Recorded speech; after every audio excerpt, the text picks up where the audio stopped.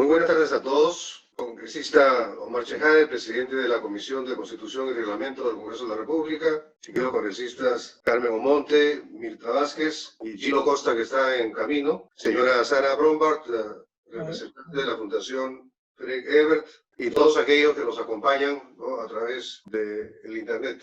Quisiera mencionar que este esfuerzo que ha conducido al libro que hoy presentamos, titulado Insumos para el desarrollo de una agenda de reforma política y electoral 2020-2021, comenzó cuando Transparencia pidió a los partidos en campaña presentar sus respectivas agendas legislativas.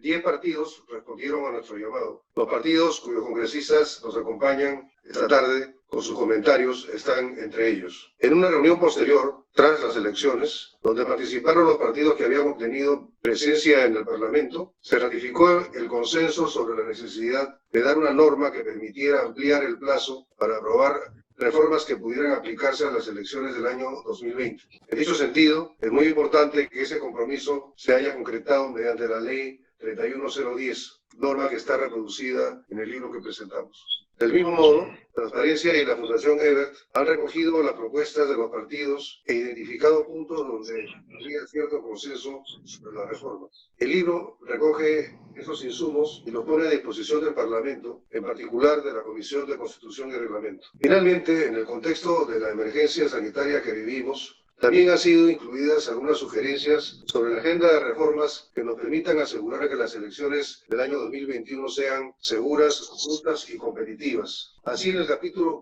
cuarto del libro se señala que tal conjunto integral de medidas debe garantizar condiciones justas y equitativas para la participación de los partidos políticos, tanto de los inscritos como de los que están en camino a hacerlo, procesos de democracia interna que aseguren el respeto de la voluntad de los afiliados partidarios, la aplicación de la paridad y la alternancia en las listas parlamentarias, la eliminación del voto preferencial, modificaciones en el cronograma electoral que permitan preparar y desarrollar las elecciones con la debida seguridad sanitaria, potenciar el uso de la franja electoral, así como lograr que los procedimientos anteriores y posteriores a las elecciones que puedan realizarse a distancia ocurran de dicha manera.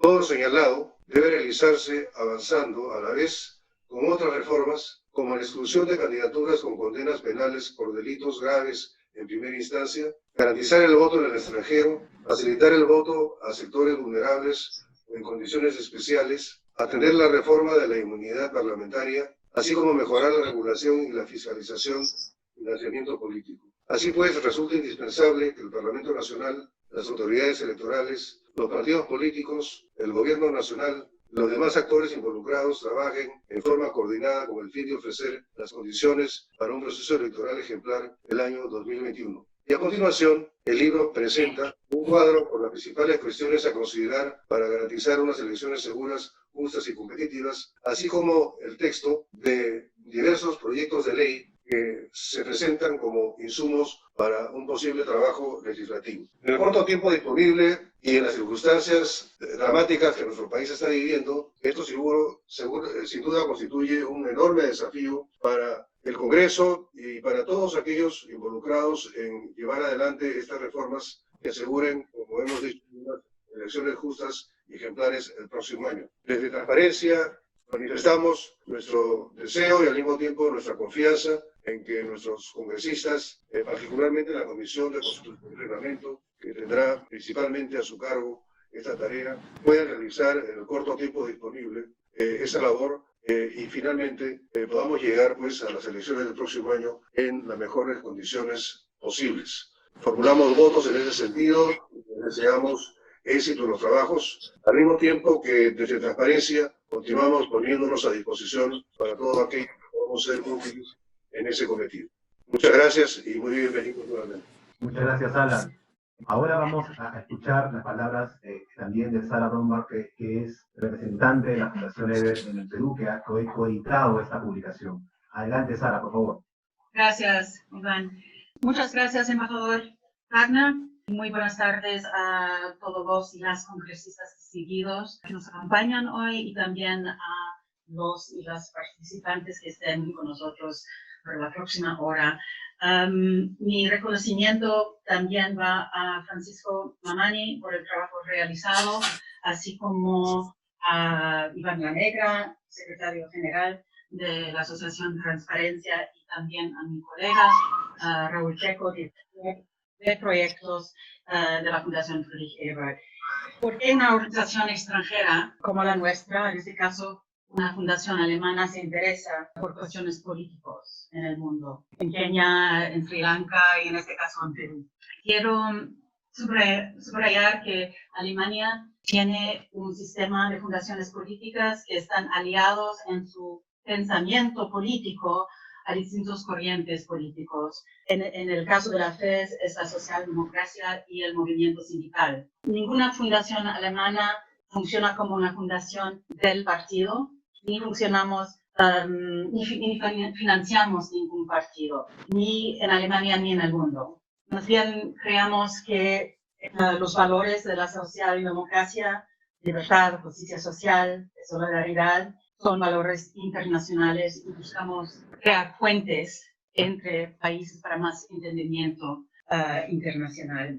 Así que no queremos interferir en procesos políticos de otros países, sino actuar como una plataforma neutral, una plataforma de diálogo entre distintos actores y ofrecer insumos como el de hoy sobre la reforma política y electoral en el país. Yo creo, si usted mira solamente el índice, hay puntos de vista de todos los partidos. Así la discusión puede ser más rico todavía. Tampoco las fundaciones se ven como donantes, sino como contrapartes a organizaciones nacionales con propósitos parecidos, como en el caso de hoy, la Asociación Transparencia. Espero que el diálogo de hoy, utilidad para todos, hoy y en el futuro. Creo, Iván, que esta grabación también va a estar accesible a otros que no están con nosotros hoy a través de plataformas sociales, ¿verdad? Entonces, muchas gracias. Muchas gracias, Sara. Efectivamente, esta grabación estará disponible más adelante para todos aquellos que deseen revisar el resultado, ¿no?, de esta presentación. Y bueno, quisiera ahora inmediatamente dar la palabra al presidente de la Comisión de Proyección y Reglamento del Congreso de la República, el congresista Omar Chejade, y agradecer tanto a Omar como a Gino, a Mirta, a Carmen, porque han tenido ayer una jornada larguísima, así que somos muy, muy agradecidos porque estén aquí con nosotros, ¿no?, haciendo después de ese momento tan complicado y largo que han tenido ayer. Así que bienvenidos a los cuatro, y Omar, por favor, tus palabras. Muchísimas gracias a nuestros queridos amigos de Transparencia que tanto han hecho durante las últimas décadas, fundamentalmente por el reforzamiento de nuestra democracia y el Estado constitucional y social de derecho, no solamente por las elecciones, así que siempre es un elemento importante, transparencia. Así que mis gratificaciones y felicitaciones en primer lugar a Alan Wagner, presidente de Transparencia, como ustedes bien saben, nuestro ex canciller, nuestro ministro de Defensa, diplomático, amigo, así que gracias por la invitación, Alan. Al igual que a Iván Lanegra, y mis cordiales saludos a los colegas y amigos de la Comisión de Constitución, tanto a Gino Costa, a Carmen Omonte y a Mirta Vázquez. Cuando nosotros instalamos la Comisión de Constitución hace poco más de un mes, nosotros lo que prometimos fundamentalmente es y será salvar las elecciones generales del próximo año y garantizar la participación ciudadana de todos los peruanos hábiles para votar, los 25 millones de peruanos, y además defenderlos y cautelar su seguridad sanitaria y su salud. Cuando estuvimos en campaña, y todos los que son congresistas y que están acá virtualmente enganchados, se acordarán de que nosotros propusimos, al igual que también todos ustedes, una serie de reformas políticas electorales en la campaña. Pero lo hicimos, digamos, en un ambiente de normalidad, donde no había el COVID-19, donde no había la pandemia, recordarán, donde podían haber mítines, mercados, presencialmente, de manera presencial, contactos, el puerta a puerta, la calidez que lo da, digamos, una campaña presencial, contacto. Lo que probablemente, ojalá me equivoque, ojalá nos equivoquemos, lo que probablemente no exista ya en la próxima campaña de 2021, es decir, una campaña contacto, una campaña presencial, que es una fiesta electoral, ¿no? Es decir, los mítines, los mercados, los puerta a puerta, los abrazos, las aglomeraciones. Probablemente eso no exista. Y sea más que nada digital y aprovechando la franja electoral del Estado, en fin, y otras plataformas que esperemos de los medios de comunicación que estén dispuestos a cubrir esta fiesta electoral y que no deje de serla. Y eso va a ser, creo que, la mayor preocupación que tenemos todos nosotros. Entonces, prioridad 1, salvar las elecciones del próximo año con toda la Comisión de Constitución, con todo el Parlamento, y asegurar la participación ciudadana de todos los peruanos y de alguna manera protegiendo su sanidad ante la lamentable pandemia que ha azotado al país y al mundo con miles de muertos y cientos de miles de infectados. Ya se ha comenzado el debate hace semanas en la Comisión de Constitución sobre esta relevancia y perspectiva de esta agenda legislativa de reforma electoral y política. Ya hemos ido aprobando algunos ítems, algunos temas. Hemos tenido de alguna manera la estrategia desde la presidencia de la Comisión, aprobarlo de manera fragmentada por fases, para no interrumpir, digamos, y para no dilatar sobre todo estas reformas, ¿no? Yo he sido, como ustedes saben, presidente de la Comisión de Constitución entre el 2013 y 2014, esta es mi segunda vez, y con alguna experiencia lo digo, que cuando nosotros armamos un muñeco de varios temas, de varios ítems, 6, 8 temas, es muy complicado esta aprobación, porque si en un ítem que parece fácil, a veces cuesta ponerse de acuerdo, imagínense ustedes si ponemos 5 o 6 temas, digamos, en esta especie de muñeco jurídico, muñeco legal de reformas. Entonces, por un tema de estrategia, un tema procedimental, elegimos, y respaldado por la mayoría de la Comisión del Pleno, de la Comisión de Constitución, armarlo por fases para que sea más rápido, más ágil, más célere su aprobación, y así de alguna manera está resultando. La semana pasada, o esta semana, perdón, hemos aprobado en la Comisión de Constitución prácticamente por unanimidad, o casi por unanimidad, la suspensión de las primarias, no confundirlas con las internas. Las primarias, las PASO, primarias abiertas, simultáneas, obligatorias, tal cual se realiza en Argentina, por ejemplo, en la que millones de personas en el Perú, 25 millones de personas, se tendrían que trasladar, es una primera experiencia en el Perú, a colegios electorales para votar por su candidato de su partido de preferencia, que iba a causar aglomeraciones, iba a ser pues riesgoso y inviable. Y estas estaban cronometradas y aprobadas por el Congreso disuelto anterior para fin de año, para fin de 2020. Hemos solucionado con el voto prácticamente de todos los miembros de la comisión, para no derogarla, no modificarla, sino que una especie de vacatio legis, vacaciones legales, la vigencia se suspenda para estas elecciones y le hemos aprobado para el año, para que la vigencia de esta norma, digamos, rija a partir del 2022, donde se van a realizar las elecciones regionales y municipales, donde esperemos que el Supremo Gobierno, y el que venga, pueda derrotar definitivamente el virus de la pandemia y ya las personas puedan, digamos, desfilar a los colegios electorales por millones y poder votar por sus propios representantes dentro de los partidos políticos, ¿no? Esa ha sido la idea. Falta la aprobación en el Pleno, no me cabe la menor duda que esto se aprobará en el Pleno y creo que se va a dar paso a un cumplimiento fiel de la defensa de la sanidad de la población.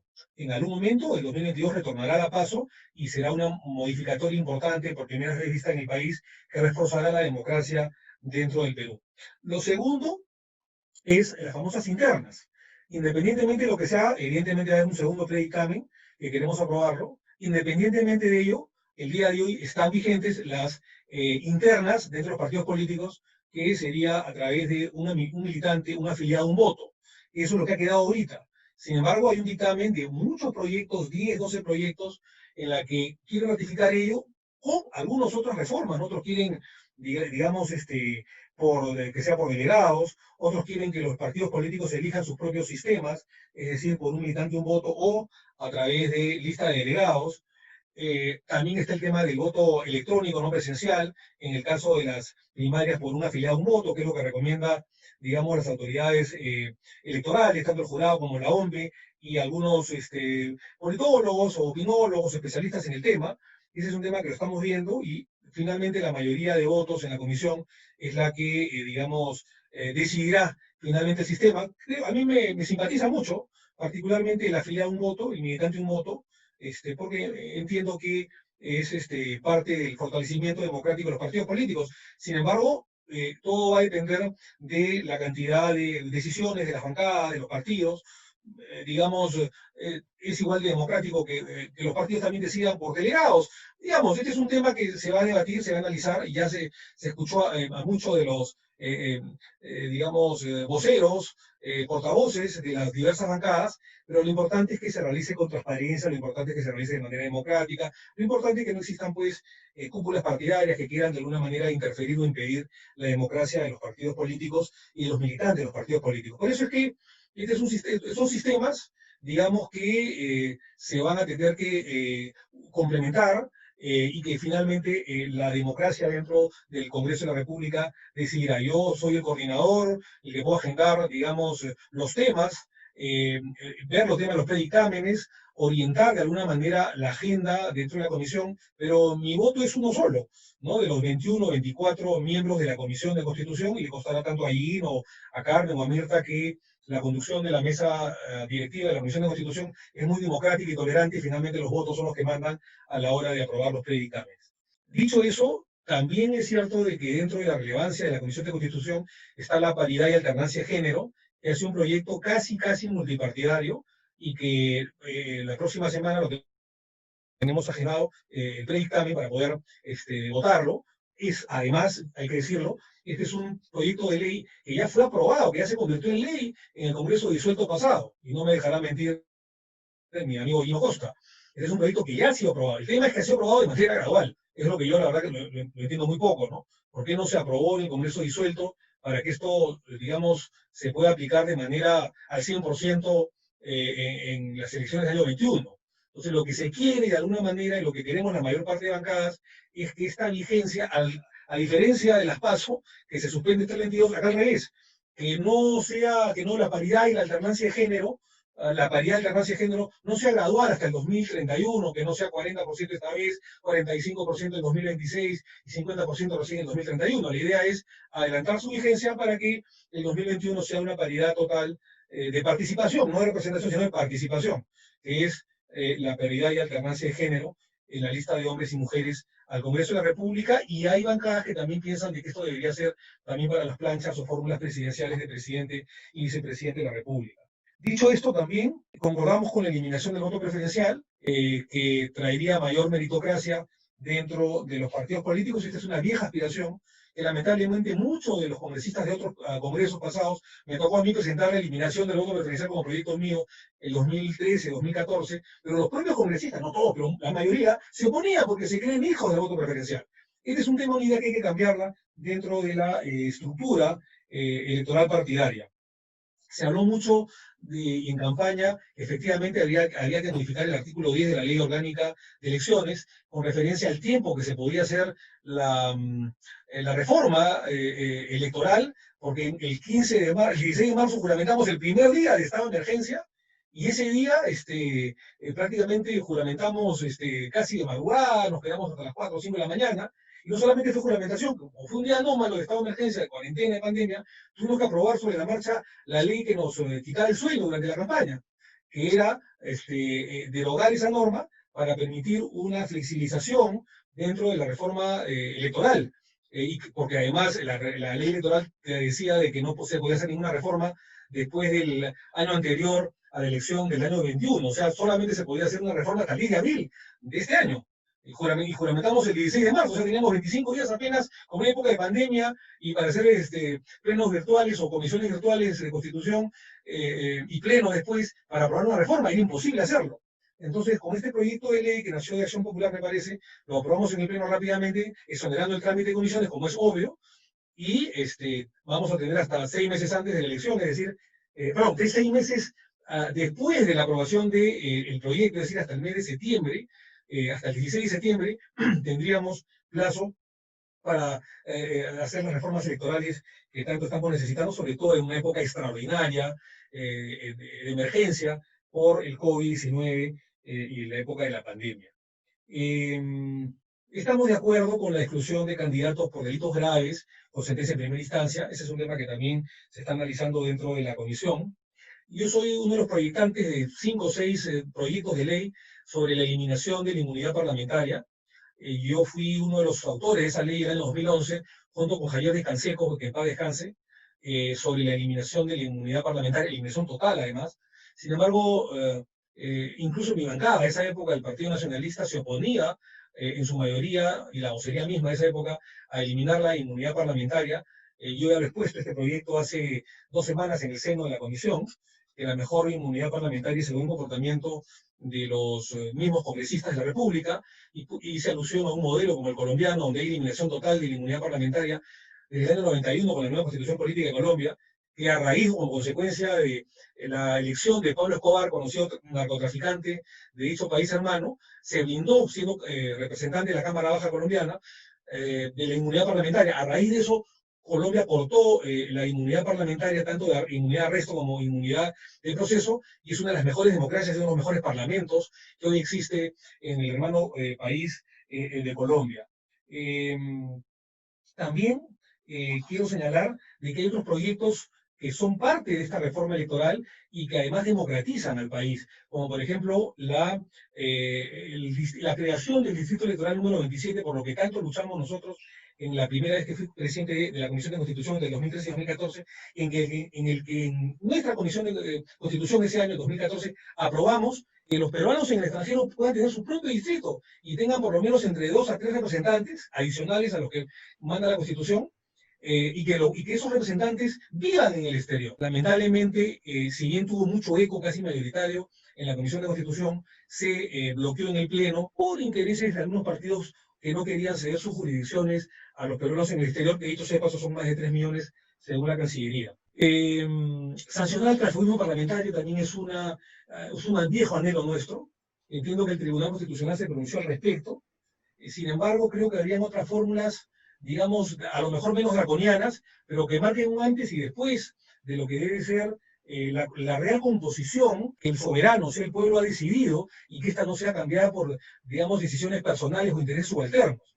Porque muchos de los congresistas que comienzan en una bancada, a lo mejor terminan en otra y en otra, haciendo cálculos según el arrastre del candidato presidencial para ellos ser elegidos parlamentarios de la República. Ese es un grave defecto que, bueno, lamentablemente comenzó en los albores del montesinismo en los años 90, que trajo tantas desgracias y corrupción en el país, con los famosos congresistas tránsfugos, como ustedes comprenderán y se acordarán. Ese es un tema, es un anhelo, ojalá que Gino, Carmen, y Mirta y los demás amigos parlamentarios nos ayuden a que esto llegue a un puerto, sancionar el transfugismo parlamentario. Y para terminar, sí que me queda creo que 1 minuto o 2, lo acabo en 1 minuto, se te agradecerían, eso que estás conduciendo la mesa.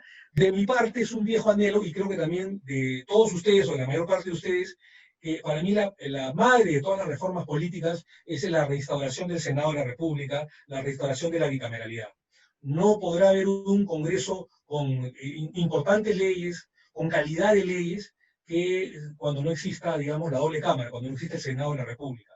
Está acreditado que las mejores leyes reflexivas, digamos, las exhibe un Congreso con doble cámara. Y tengo la estadística, ya que acabo. Normalmente en un Congreso de la República se aprueban aproximadamente 800 leyes en 5 años, unicameral o bicameral. ¿Saben ustedes cuántas se desaprueban o se observan por el Poder Ejecutivo, o sea, por el Consejo de Ministros, cuando no existe la doble cámara? De las 800 leyes, 260 leyes aprobadas por el Congreso son observadas por el Poder Ejecutivo, o sea, casi la tercera parte. ¿Saben ustedes apenas cuántas leyes, y esto está comprobado estadísticamente, cuántas leyes se observan por el Poder Ejecutivo cuando existe el Senado de la República? En 5 años, apenas entre 25 a 30 leyes. O sea, 10 veces menos se observan las leyes cuando existe el Senado que cuando existe la famosa unicameralidad, que desde mi punto de vista ha fracasado. La unicameralidad es como cuando en el Poder Judicial no existe Corte Suprema o Corte Superior Revisora, no existe la doble instancia. Si ya de por sí tenemos un Poder Judicial que exhibe sentencias muchas veces injustas, con Corte Suprema, con doble instancia, ¿se imaginan ustedes un Poder Judicial en la que no exista Corte Suprema, en la que no exista revisión? Sería pues atroz el Estado de Derecho en el país. Muy bien, la doble instancia en el Poder Legislativo es igual. Más allá de que además estamos subrepresentados, y más allá de que cuando no existe Senado, se traban las designaciones de las grandes autoridades del Estado, como Tribunal Constitucional, Defensoría del Pueblo, porque el Senado de la República es un ente menos político, más académico, más reflexivo, más revisor, que tiene además una visión nacional, a diferencia de la Cámara de Diputados, o Cámara Única en este caso, que tiene una visión regional. Por eso es que si queremos salir con una gran gestión, todos nosotros, el próximo año, terminando la Comisión de Constitución, además de las reformas electorales que estamos planteando y que estamos aprobando de manera exitosa, tenemos que aprobar la reinstauración del Senado de la República y la bicameralidad, que en ocasiones más gasto al Estado, eso nos podemos poner de acuerdo en el tema administrativo, pero eso lamentablemente el tema de la unicameralidad fue una mala decisión del fujimorismo después del golpe de Estado del 5 de abril de 1992, cuando Montesinos quiso avasallar el Congreso de la República, disminuyéndolo en su cantidad, en su representación, pero además eliminando la Cámara de Senadores, que por ejemplo, ¿no? Y acá acabo, sí, detuvo este proyecto nefasto que el propio expresidente Alan García alguna vez se refirió, la famosa estatización de la banca y sistema de seguros del año 87. Quien detuvo este nefasto proyecto antitécnico que el propio Alan García reconoció en su oportunidad, no fue la Cámara de Diputados, fue el Senado de la República, porque miraba al Senado y estaba pues un Bernales Ballesteros, un Luis Alberto Sánchez, un Javier Vallarriestra, un Mario Polar, un Jorge del Prado, en fin, de todas las bancadas. Porque habían los grandes cuadros que el Senado y el Congreso necesitan. Así que esta es la gran reforma. Francamente lo veo difícil que esto se pueda aprobar para el año 21, estamos con muy poco tiempo, pero habría que aprobarlo para después, o para el 23 con una disposición transitoria, o para las elecciones del 26, pero este Congreso debería aprobar la restauración del Senado de la República y de la bicameralidad. Yo quiero agradecerles a todos ustedes por darme más tiempo de lo que me han ofrecido, de verdad, disculpen, yo como todo abogado y parlamentario hablamos poco, y nos pedimos poco, y así que le doy las gracias tanto a Alan como a Iván por la oportunidad, y les deseo el mejor de los parabienes y todas las bendiciones del caso para que toda la reforma política y electoral que ustedes están apoyando pueda llegar a buen puerto. Muchísimas gracias y bendiciones. Muchísimas gracias, congresista Yehade, de verdad. Creo que has hecho una muy buena introducción de los temas de la agenda que en estos momentos tiene la comisión a su cargo, ¿no? Muchas gracias por ello. Gracias. Y además, el tema de la bicameralidad es uno de los puntos que está precisamente como insumos en el libro que hemos editado, así que espero que eso también ayude a esa discusión. Ahora tenemos un panel de 3 miembros de la Comisión de Constitución, Mirta Vázquez, que es congresista por Jamarca del Frente Amplio, Gino Costa, congresista del Partido Morado, y Carmen Omonte, de Alianza per Progreso. Entonces, cada uno va a tener espacio de 10 minutos para hacer un comentario a la publicación, y vamos a empezar con la congresista Mirta Vázquez. Adelante, Mirta, por favor. Muy buenas tardes. Quiero agradecer a la Asociación Civil Transparencia por esta invitación que nos han hecho participar de un espacio tan importante como debatir sobre los temas de la reforma política tan urgentes y necesarios para este país. Quiero saludar al embajador Alan Wagner, al presidente de la Comisión de Constitución del Congreso, el congresista Omar Yehade, y a mis colegas Gino Costa y Carmen Omonte, con quienes estamos compartiendo justamente este espacio de debate tan importante que, de cara a la situación que vive el país, en realidad se vuelve doblemente importante, doblemente fundamental, ¿no? Yo quiero empezar diciendo de que hay que reconocer que hay que hacer un esfuerzo doblemente importante en estos contextos porque tenemos 2 desafíos. El primer desafío es, por supuesto, el encargo que nos ha dado la ciudadanía de hacer estas reformas políticas, porque realmente la política es el fiel reflejo de lo que sucede en la sociedad. Es el reflejo de los problemas incluso que nos vamos encontrando en el día a día. Muchas de las cosas y el acceso a muchos de las cosas absolutamente necesarias para la vida de la gente tienen que ver con las decisiones políticas y la calidad del ejercicio político. Entonces, estamos en una sociedad que ha venido reclamando históricamente mejor democracia, una democracia más real, que no sea discriminatoria, que no sea excluyente, que nos genere una serie de condiciones para que la participación política sea real y sea accesible a todos los peruanos. Modificar y garantizar las reglas de juego en la política se vuelve fundamental, porque de eso va a depender seguro que se pueda mejor organizar, por ejemplo, toda la estructura necesaria para ejercer estos derechos políticos, y eso tiene que ver con mejorar los partidos, su funcionamiento, su estructura, mejorar las capacidades de oposición, tener equidad y tener igualdad, digamos, al momento de ejercer nuestros derechos, ¿no? Eso pasa porque en realidad lo que necesitamos es también cada vez más recuperar el tema de la credibilidad credibilidad y la legitimidad de las instituciones políticas y de la política misma, ¿no? Por eso es tan fundamental.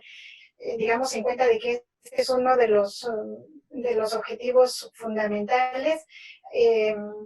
En realidad, por el momento que vivimos, esto se nos vuelve todo un desafío, ¿no? Porque efectivamente nosotros estábamos caminando hacia una reforma política importante, habíamos dado pasos importantes y resulta que nos venimos chocando con una situación compleja, significado que hoy mismo se puede generar con esta situación una serie de afectaciones a la sociedad y así como se generan afectaciones en lo económico, en lo social, en realidad también esto tiene un impacto sobre lo político y va a impactar seguramente sobre las débiles democracias que tenemos en América Latina aún más, ¿no? Entonces, hoy mismo tenemos estas frágiles democracias y seguro que la pandemia va a contribuir incluso a que se afecte todavía más la confianza de las instituciones democráticas. Y eso por una situación absolutamente lógica, digamos, porque están cambiando, vamos a tener que cambiar algunas reglas de juego, vamos a tener que generar una serie de modificaciones porque ya quién vota, dónde vota, cómo vota, tener que ser un tema a reestructurarse, ¿no? Ahora seguro que se tendrá que tener en cuenta otras opciones como las tecnológicas para poder hacer ejercicio de nuestros derechos políticos y eso también hay que reconocer que va a generar un grupo de, digamos, en estos derechos, ¿no? Porque esto va a depender mucho, estas nuevas dinámicas hacen depender mucho de algunos elementos logísticos que no siempre toda la población, a los que no siempre la población o toda la población tiene acceso, ¿no? Entonces hay toda una reconfiguración y todo un reto, un doble reto que tenemos que asumir.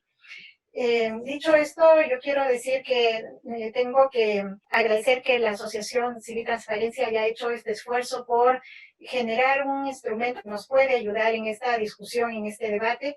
Este libro que recoge los insumos, tal como lo expresa en su título, que recoge los insumos para una agenda de reforma política, en realidad es muy útil para mirar un poco cuánto hemos avanzado, qué propuestas hay y hacia dónde caminamos, ¿no? Entonces, me parece muy valioso el libro como instrumento y seguro que nos va a servir sobre todo más a quienes estamos más cerca del debate, ¿no? Del día a día, a quienes estamos justamente mirando los temas y de quienes también va a depender un poco las decisiones sobre estas reformas. En el libro, obviamente, se hace referencia a las reformas más importantes que temas como la inmunidad parlamentaria, que ha sido justamente todo un debate, incluso en la sociedad, ¿no? La necesidad de que estos mecanismos nos sirvan para generar impunidad en quienes intervenimos en política. Se plantea la necesidad de abordar temas tan fundamentales como paridad y alternancia, como el tema de la estructura de los partidos políticos y su financiamiento, o el tema de la bicameralidad, ¿no? Que siendo un tema que más allá de que hay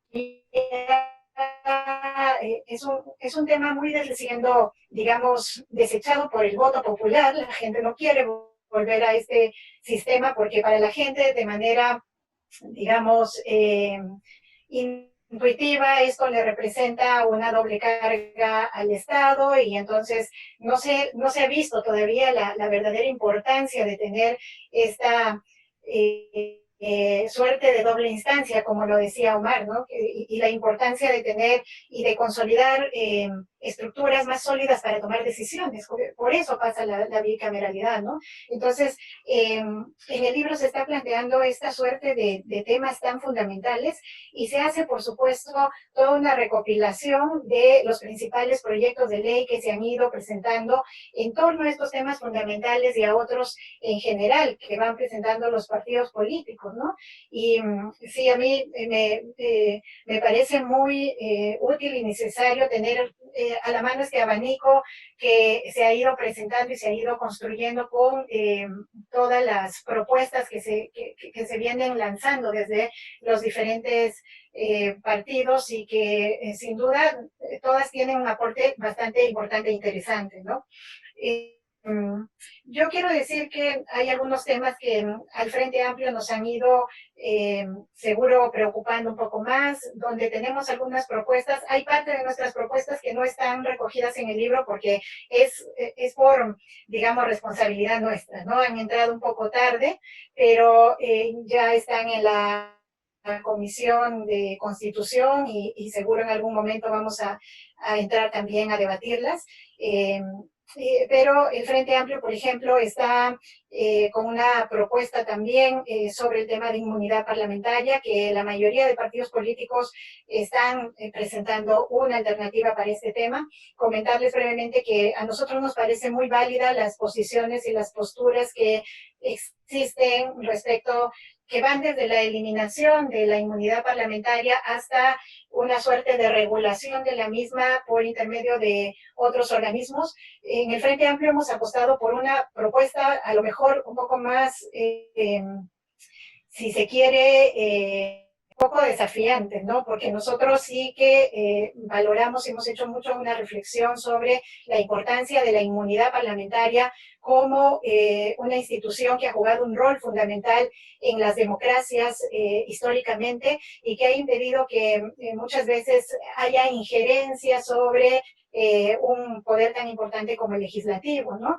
Y entonces, haciendo una reflexión histórica de los momentos que se ha vivido y el rol que ha jugado esta institución, nosotros valoramos la importancia de secundarios y no de la institución legislativa como tal, y tampoco compartimos, como lo hacen los colegas de otros partidos, con el tema de poder regularla a través de un órgano diferente como el Poder Judicial o el Tribunal. Se ha hablado también de otros organismos que podrían levantar la inmunidad parlamentaria. Para nosotros eso genera una interferencia y una injerencia en la labor misma del Congreso, y creo que para nosotros lo que sí hace falta es una reforma y una regulación que nosotros le hemos planteado en nuestro proyecto de ley respecto a cómo levantar esa inmunidad parlamentaria, cuáles son los momentos y qué hacer, pero sí apostamos por mantener la institución como tal. En el tema de paridad y alternancia, también nuestro partido político acaba de presentar una propuesta que también la consideramos seguro bastante progresista y está recibiendo algunas críticas, pero me parece que para nosotros vale la pena apoyarla y llevarla adelante, porque nosotros sí creemos que la paridad y alternancia es un instrumento que se tiene que impulsar y que las normas son en realidad la garantía de que esta paridad y alternancia se pueda dar. Yo sé que hay diferentes visiones en el Congreso, incluso partidos políticos que no creen en la paridad y alternancia o que dicen igual y que no tienen las condiciones, pues no podemos obligar a que los hombres y las mujeres. Nosotros no compartimos esa visión y hemos presentado un proyecto de paridad y alternancia, incluso con un agregado, porque compartimos como otros partidos políticos con el tema de que la paridad y alternancia tiene que ser, no tiene por qué ser progresiva, tiene que aplicarse ya, tiene que ser 50-50, porque los hombres y las mujeres en este país somos 50% de cada uno de los sexos, digamos, y entonces no hay por qué hacer diferencia de 30-40%. Las cuotas para nosotros no funciona. Y sí, nosotros hemos colocado también un tema adicional que es justamente la posición preferente. ¿Y qué significa eso? Que además de la alternancia, nosotros estamos proponiendo que siempre en las listas haya preferencia porque las encabecen las mujeres, ¿no? Y ¿eso por qué? Porque ya han habido otras experiencias en otros países donde se ha verificado que cuando las mujeres van en las primeras o encabezando las listas tienen esta posición preferente de llegar a ser elegidas, ¿no? Sobre todo en circunscripciones donde tienen 2, 3 candidatos, por ejemplo, entonces las mujeres con la alternancia no les alcanza para tener esta posición expectante. Tenemos también como un partido político algunas posturas claras respecto al tema, por ejemplo, de primarias y democracia interna. También compartimos, como todos, creo, en el Congreso, de que las primarias en estas condiciones no se van a poder realizar y que hay que suspenderlas, no eliminarlas, sino suspenderlas, como lo hemos hecho en el último dictamen que hemos aprobado en la Comisión de Constitución. Nosotros sí compartimos el tema de que frente a al tema de la suspensión de las primarias hay que dar una alternativa, y por eso es que en la última sesión, como es natural en las democracias, hemos debatido mucho este tema, porque claro, la otra posición es avancemos con primero suspenderlas y luego vamos a avanzar con qué alternativa le damos. Para nosotros hubiese sido mejor definir ya la alternativa, pero esperamos y estamos confiados en que rápidamente podamos debatir esto, porque para nosotros la democracia interna tiene que asegurarse en estos contextos donde no se va a poder realizar las elecciones primarias tal como se estaban planificando. No hay mucho tiempo, entonces quería dejar planteados algunos de estos temas. Tal vez agregar 3 cosas más puntuales que quería dejarlas planteadas, que nos es muy importante para el Frente Amplio, pero así, por ejemplo, como se está discutiendo el tema del voto de los peruanos en el extranjero, sí nos parece que también este debate nos lleva a plantear la necesidad de los escaños para pueblos indígenas, que es muy importante para nosotros en tema de representatividad en el país, dado que somos un país donde los grupos, las poblaciones indígenas son bastante amplias y creemos que tiene que tener representación. Lo otro en lo que estamos nosotros también muy embarcados es en el tema de eliminación de voto preferencial, porque sobre todo en este contexto creemos que el voto preferencial va a ser contraproducente si entramos a una dinámica donde incluso las campañas electorales se tienen que reducir, y ahí sería, yo creo que no adecuado tener el voto preferencial vigente, y más bien para fortalecer también los partidos políticos es mejor entrar a la otra fórmula. Y lo último es el tema de nosotros estamos muy también preocupados por el tema del fortalecimiento de partidos políticos y cómo se financian, y para el Frente Amplio tendríamos que caminar hacia el financiamiento solamente público de los partidos y impedir que los partidos sean tomados por entes privados que finalmente con su financiamiento se ha visto que han tratado de condicionarlos a intereses particulares. Disculpen por la extensión, pero hay muchas cosas que comentar muy interesantes del libro y seguro vamos a tener más espacio para hacerlo. Muchas gracias. Muchísimas gracias, congresista Vázquez, por la actitud de los comentarios. Y sí, efectivamente, un tema clave, ¿no? Es cómo asegurar que los pueblos indígenas, ¿no? No solamente tengan la posibilidad de ser representantes, sino también de ir a las elecciones, ¿no? Hay también en el contexto de la pandemia aún más dificultades de movilidad, ¿no? Para que puedan llegar a votar. Eso es un tema que habrá que ver cómo ayudamos en eso también. Muchísimas gracias por sus comentarios. Por si acaso, a todos los que nos escuchan aquí, están conectados al webinar, el libro, que es un libro digital que hemos coeditado con la Fundación Ever, ya está en línea, ya cualquiera lo puede bajar en las redes sociales, en nuestra página web en Transparencia, así que ya está disponible. Cualquiera de ustedes puede adquirir este ejemplar digital de libre acceso. Entonces vamos ahora a continuar con la bonita Carmen Omonte, de Alianza para el Progreso. Muchas gracias, Carmen, también por estar acá. Por favor, adelante. Muchas gracias. Saludando al embajador Wagner, a ti, Iván, a los representantes de la Fundación EVER. Realmente creo que su labor ha sido y seguirá siendo fundamental para fortalecer a nuestros partidos políticos, a nuestro sistema democrático y a los congresistas aquí presentes.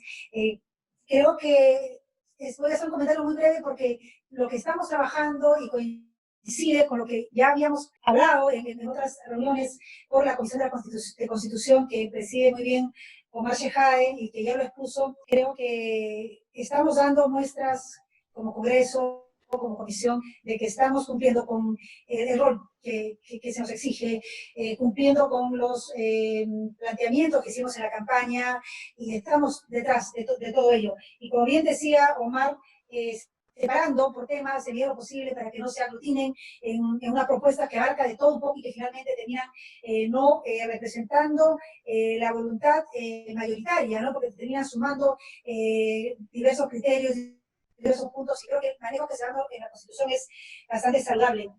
Como ya se mencionó, se ha aprobado ya la suspensión solamente por este periodo electoral y por esta crisis sanitaria que realmente nos ha sorprendido al mundo y que nos está obligando a tomar medidas que se adecúen a estas graves circunstancias, ¿no? Y creo que dentro de esa medida está la suspensión de las primarias abiertas obligatorias, de las PASO.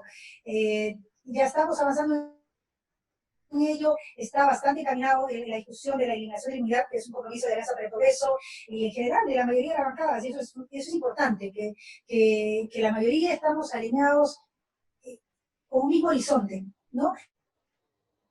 Con algunos matices, pero creo que en el fondo, en el sustento, estamos guardando bastante similitud de las diversas bancadas con nuestras propuestas. Igualmente, en el tema de la paridad y alternancia, para que sea implementada en el proceso electoral del 21, ahí está un proyecto de notaría, con el compromiso de toda Alianza para el Progreso, hay proyectos casi de todas las bancadas, también eso es importante. Todas las bancadas estamos alineadas en que se implementen estas paridad y alternancia desde las elecciones del próximo año, y eso es importante, a pesar de que hizo una cierta confusión y nuestro presidente de la República mencionó todo lo contrario, ¿no? Como que el Congreso quería más bien eliminar esta posibilidad, y cuando era que queríamos más bien adelantarla en su implementación, y es importante eso difundirlo a la población para que no se generen conceptos que están fuera de la verdad. Coincido plenamente también, y escuché a Mirta, igual Omar, que tiene que ser un punto también a tratarse con urgencia de la eliminación del voto preferencial, pero eso tiene que estar ligado evidentemente al fortalecimiento de la democracia interna de los partidos, ¿no? Y ese es un tema que ya está también dentro del plan de trabajo de la comisión, es sustancial, si bien la mayoría de las bancadas como compromisos también de campaña tenemos el de mantener el mecanismo de un militante, un afiliado, un voto. Hay también que entender y escuchar a aquellas propuestas que fortalecen, por ejemplo, la línea del mecanismo de delegados. Y ahí quisiera también en algún momento que ustedes como transparencia nos pudieran dar su opinión. ¿Qué es lo que sucede? Personalmente veo que en la mayoría de los planteamientos y discusiones oficiales que se hacen sobre esta reforma política electoral tiene un peso, y es importante que lo tengan los especialistas, los estudiosos, la sociedad civil, pero no veo que se le dé ese igual de peso a los protagonistas, que son a los partidos políticos. No se ve que se invite, por ejemplo, una discusión aquí dentro de los eventos o de los foros organizados por la sociedad civil, sí se ven, pero en el Congreso, por ejemplo, yo creo que, y eso se lo planteo a Omar, debieran ya haber, no los congresistas que lleven sus propuestas, sino representantes que no de los partidos políticos, de los comités políticos, de todos los partidos a nivel nacional, que puedan opinar con toda la legitimidad posible sobre lo que se está planteando vinculado a los partidos, en este caso a la democracia interna. Creo que eso sería realmente lo más saludable, ¿no? Y ya como también solicitud de soporte, de apoyo, creo que Transparencia y la Fundación EVER también nos podría apoyar muchísimo, porque en el caso de Perú lo tenemos a las puertas, a la vuelta de la esquina, es nuestro próximo proceso electoral, es de ver realmente cómo garantizamos bajo estas circunstancias no solamente la propia campaña, no solamente cómo se llega a transmitir las propuestas, cómo se dan a conocer las candidaturas, sino también cómo se garantiza a que el ciudadano entendiéndose la diversidad de nuestra geografía, la diversidad de nuestras limitaciones, de los accesos que tenemos a las herramientas virtuales, y cómo vamos a poder transitar en este reto tan grande, si realmente va a ser viable que sea una elección genuina, democrática, esta elección del 21, porque analizando diversas posibilidades, cada vez lo veo como carente aún, porque no encontramos todavía una fórmula de garantía de que realmente se pueda efectuar unas elecciones bajo estas limitaciones que tenemos por la crisis sanitaria. Si pudieran haber foros, si pudiéramos compartir experiencias. Yo participé hace poco en una discusión de experiencias con representantes congresistas de diferentes países sobre nuestra actividad hoy, cómo es que hacemos las sesiones, cómo hacemos los plenos, cómo es que estamos adecuándonos a toda nuestra labor de fiscalización y legislativa, de representación, con las herramientas que hoy nos obliga esta crisis sanitaria. Quizás también debiera de ya empezarse a iniciar discusiones sobre las propias campañas electorales, porque creo que es algo a lo que nos estamos enfrentando y todavía no tenemos una línea, no tenemos un horizonte al cual aferrarnos. Y por último, también plantear este tema que personalmente lo asumo ya hace un tiempo, es que en cada proceso electoral siempre pasamos por diversos niveles de cuestionamientos en las candidaturas.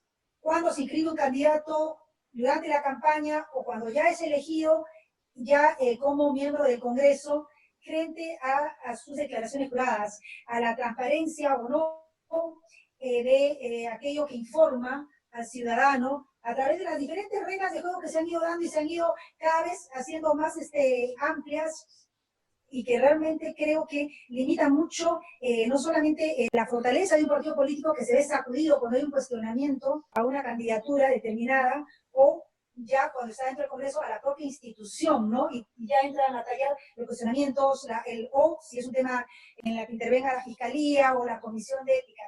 Sería factible que pueda esto regularse para que finalmente el candidato solamente esté obligado a firmar una declaración jurada autorizando que todos los entes del Estado sean los que brinden información a nuestros órganos electorales, y solamente el candidato presente esa declaración jurada y su DNI, nada más.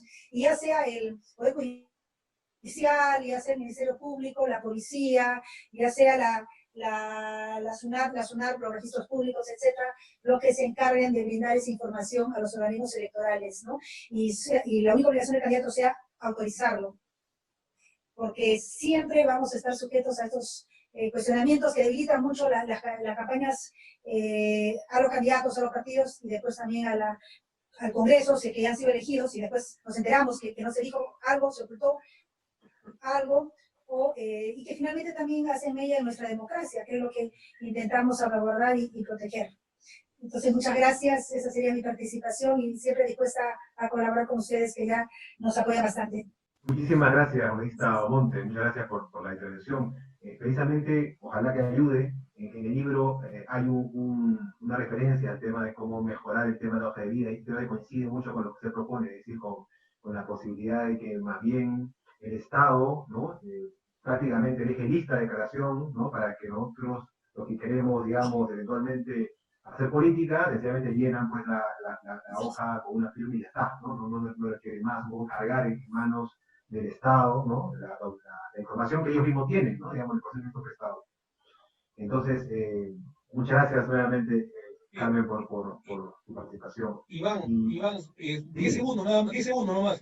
Agarro esa recomendación de Carmen Omonte, mi amiga Carmen, en invitar a los líderes de los partidos políticos para que puedan exponer todo lo referente a democracia interna. Creo que es bueno escucharlos, a los diferentes líderes, secretarios generales de los partidos políticos, antes de tomar una decisión. Así que agarro la recomendación, Carmen, agarro esa flor que magníficamente tú lo has utilizado el día de hoy para presentar a los líderes de los partidos políticos o secretarios generales para que hablen sobre democracia interna. Excelente. A los protagonistas. Así es. Excelente, gracias. Bueno, estupendo, tenemos un titular de esta presentación, ¿no? El presidente de la comisión anuncia que invitará a todos los partidos políticos a conversar sobre la democracia interna del Congreso. Estupendo, tenemos ya titular para un tweet. Muchas gracias, congresista Tejade. Bueno, y finalmente, para cerrar el panel, tendremos ahora la intervención de Gino Costa, congresista del Partido Morado. Adelante, Gino, por favor. Muchas gracias, Iván. Comienzo por saludarte a ti y a Alan Wagner y agradecerles mucho la invitación, al igual que a Sara Bromberg, representante de la Fundación EVA. Igual quiero saludar a Carmen y a Mirta y a Omar, presidente de nuestra Comisión de Constitución, por el gusto y el honor de compartir este panel con ellos y a todos los presentes. Muchas gracias de verdad. Felicitarlos por el libro. Creo que hay 4 razones para sentirse de transparencia y la ver muy orgullosos por el trabajo realizado. El primero es por la oportunidad en que sale el libro en un momento en que estamos en una fase decisiva del proceso de reforma político. O sea que en ese sentido el timing, la oportunidad y la actualidad del tema es fundamental. Segundo, por la pertinencia, ¿no? Recoge la opinión de los partidos sobre los grandes temas de reforma política, son los partidos los protagonistas. Da cuenta de un gran consenso, en realidad. Revisándolo para esta presentación me ha tranquilizado mucho saber que tenemos tantas coincidencias entre las principales fuerzas políticas representadas hoy en el Congreso, un tema que no es fácil, porque hay ciertamente muchas resistencias.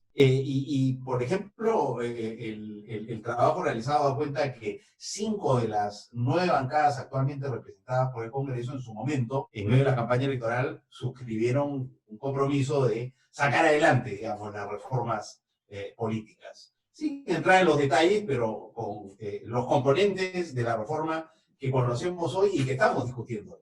En tercer lugar, porque es muy útil saber esto y además tener los proyectos de ley que hacen viable la materialización de esas aspiraciones y de esos compromisos. Y por último, porque da pie al optimismo, como decía, ¿no? A mí me entusiasma saber que tenemos ahí una base de acuerdo y de voluntad política que de repente uno no la ve con tanta claridad.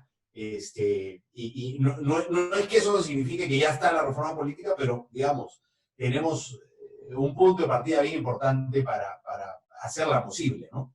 Y a veces eso en el día a día no se ve, se ven más las dificultades, más las resistencias. Entonces, por eso saludo y felicito este libro. Me parece que la selección temática es muy adecuada. Están los grandes temas: inmunidad parlamentaria, impedimentos para postular, bicameralidad, que son las 3 reformas que requieren reforma constitucional.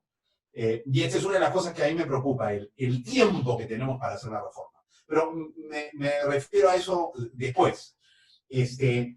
Yo, en relación con los temas que requieren reforma constitucional, agregaría la creación de una circunscripción especial para peruanos en el extranjero.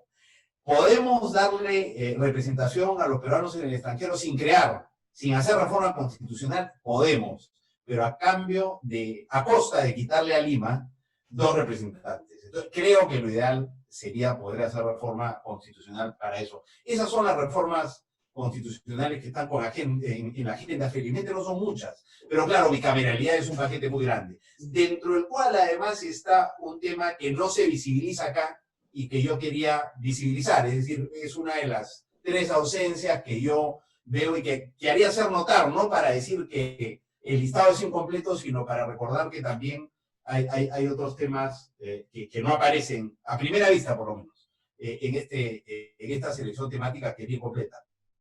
Y ese tiene que ver, que está dentro de bicameralidad, pero tiene que ver con relaciones entre el Poder Ejecutivo y el Legislativo, ¿no? Tiene que ver, por ejemplo, con la revisión de la cuestión de confianza, el voto de investidura, de la censura, de la insistencia, ¿no es cierto?, de los proyectos que son observados por el Poder Ejecutivo, por mencionar algunos, ¿no?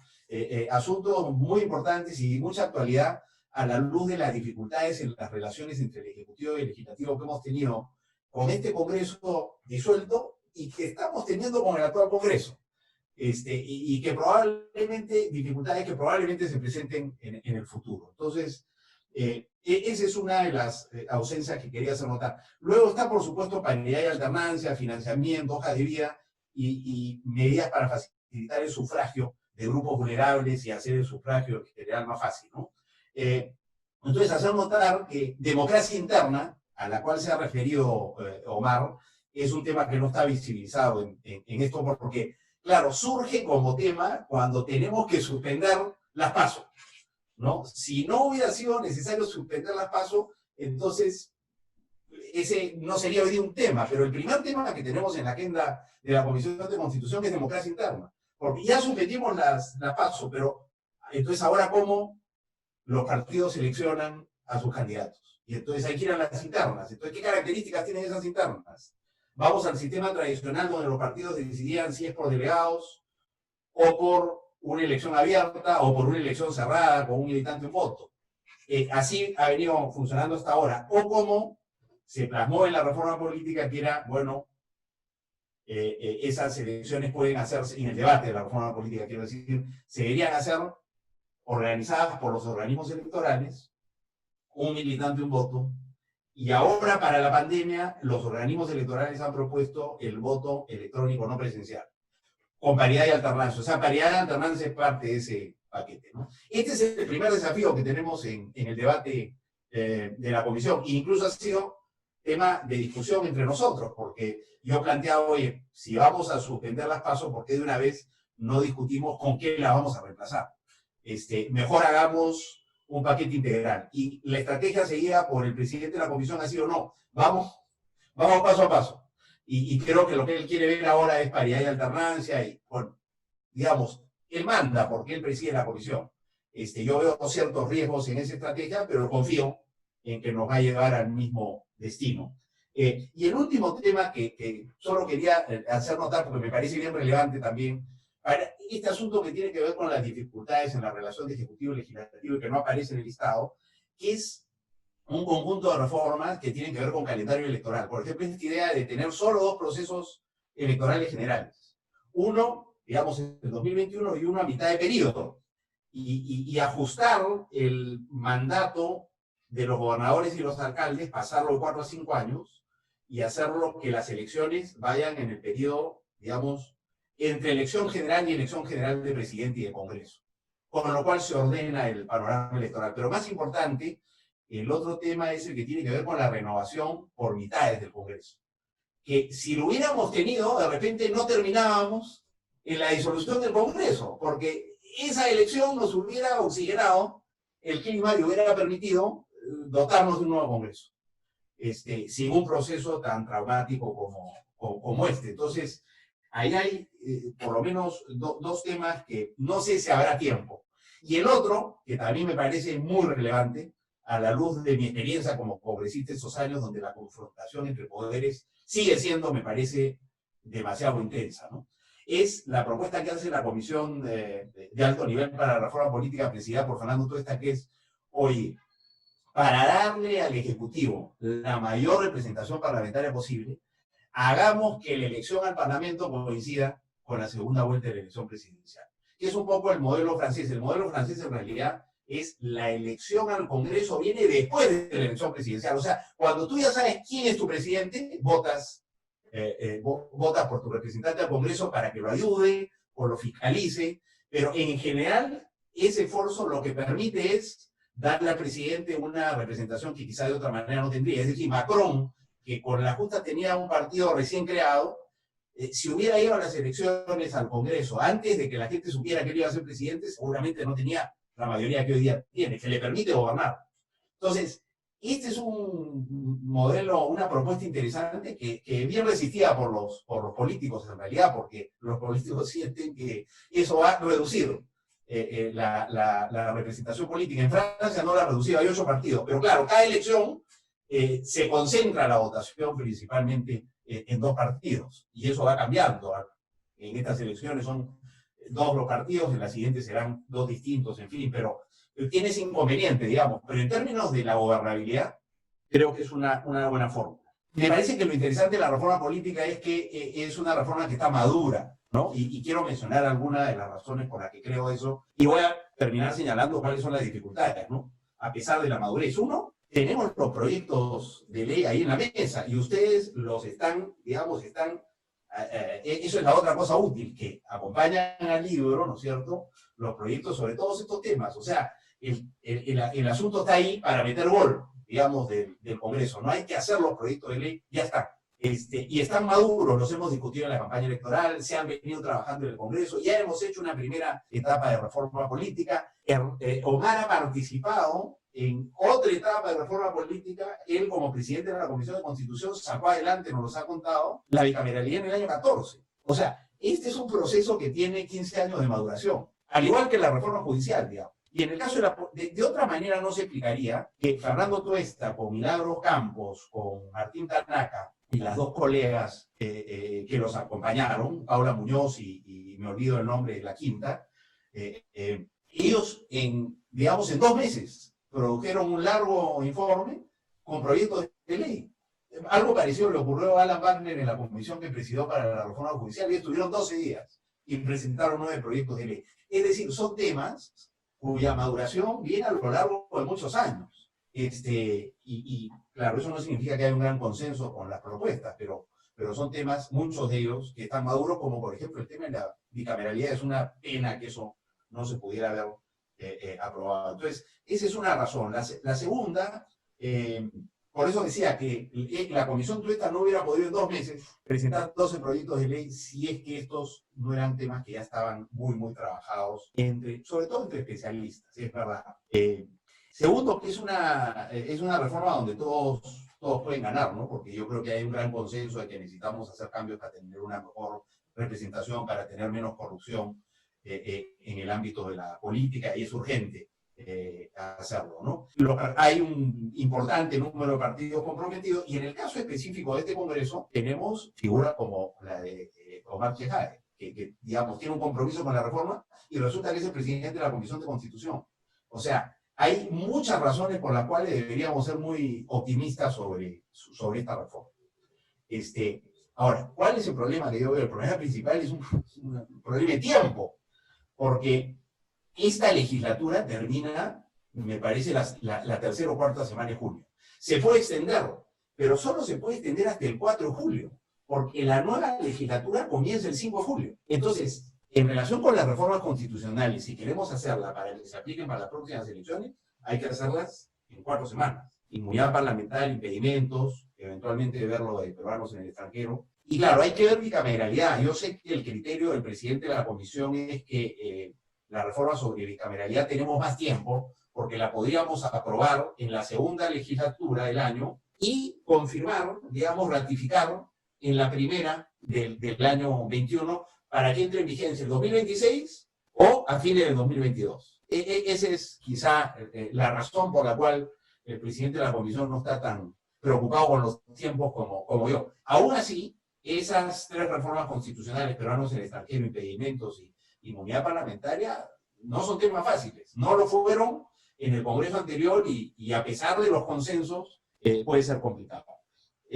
De manera que a mí me preocupan los tiempos, y por eso ya para terminar, me parece que sería sensacional que pudiéramos, yo iba a proponer eso, pero ya lo ha propuesto Carmen, que llevemos esto a la comisión. En la comisión lo único que falta es tiempo, como acabo de decir, pero creo que este sería tiempo bien invertido, porque permitiría que los políticos nos veamos en un trabajo que ha hecho Transparencia, que diga, oye, ustedes tienen más acuerdos de lo que están creyendo, y los acuerdos están acá. Y la forma de plasmar estos acuerdos están en estos proyectos de ley y en otros que están presentados en la comisión. Creo que sería una forma de alentar el esfuerzo, la verdad, y no nos vendría mal invertir 1 hora en escuchar a Alan presentar esto con Iván y en compañía, por supuesto, de la representación de Eber. Yo creo que sería estupendo hacerlo. Y yo solo termino haciendo un pequeño reconocimiento a Transparencia, representada aquí por Alan. Veo que Rafael Rocayolo,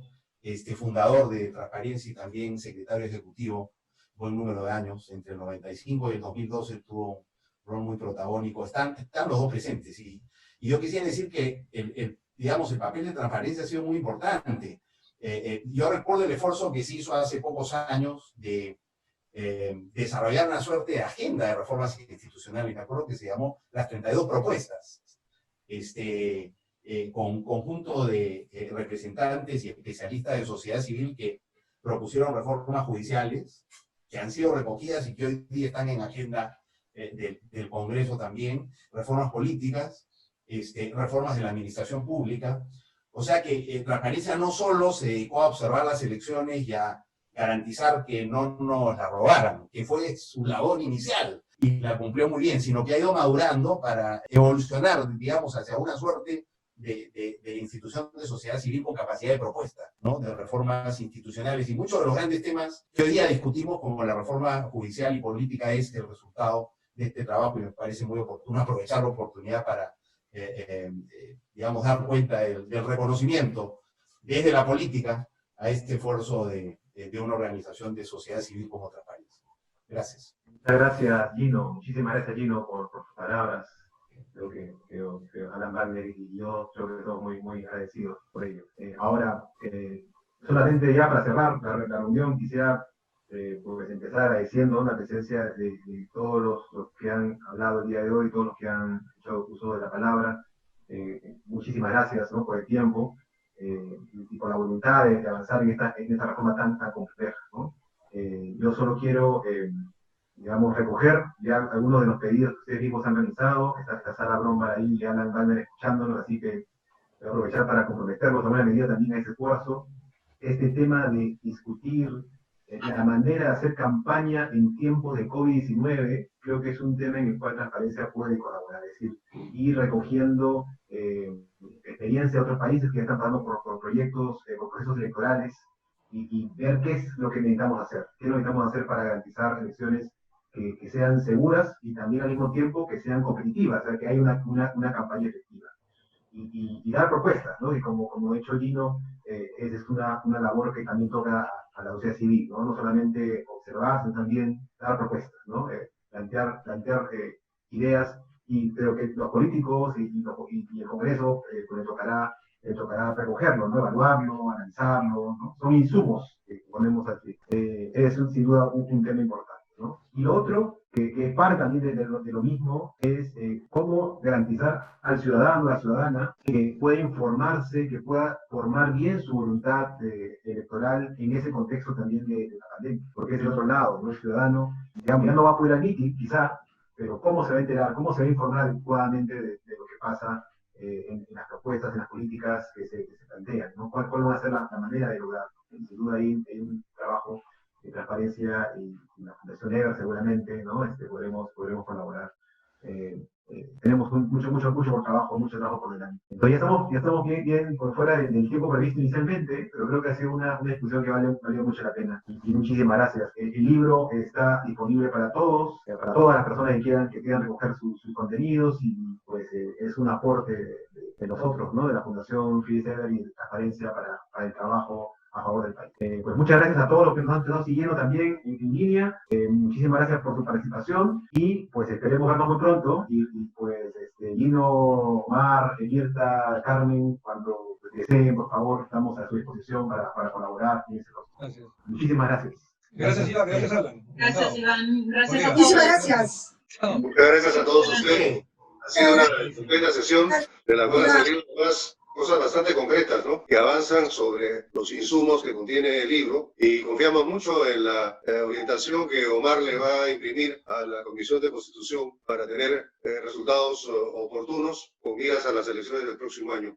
Y algo que dijo Iván que es también muy importante, y es imaginar cómo va a ser la campaña para esas elecciones en las circunstancias difíciles que estamos viviendo debido a la emergencia sanitaria. Eso es casi surrealista, ¿no? Pero hay que pensarlo, y si en algo podemos nosotros colaborar, estamos como siempre a la orden. Muchas gracias a todos nuevamente. Gracias, Alan. Gracias, Iván. Muchas gracias.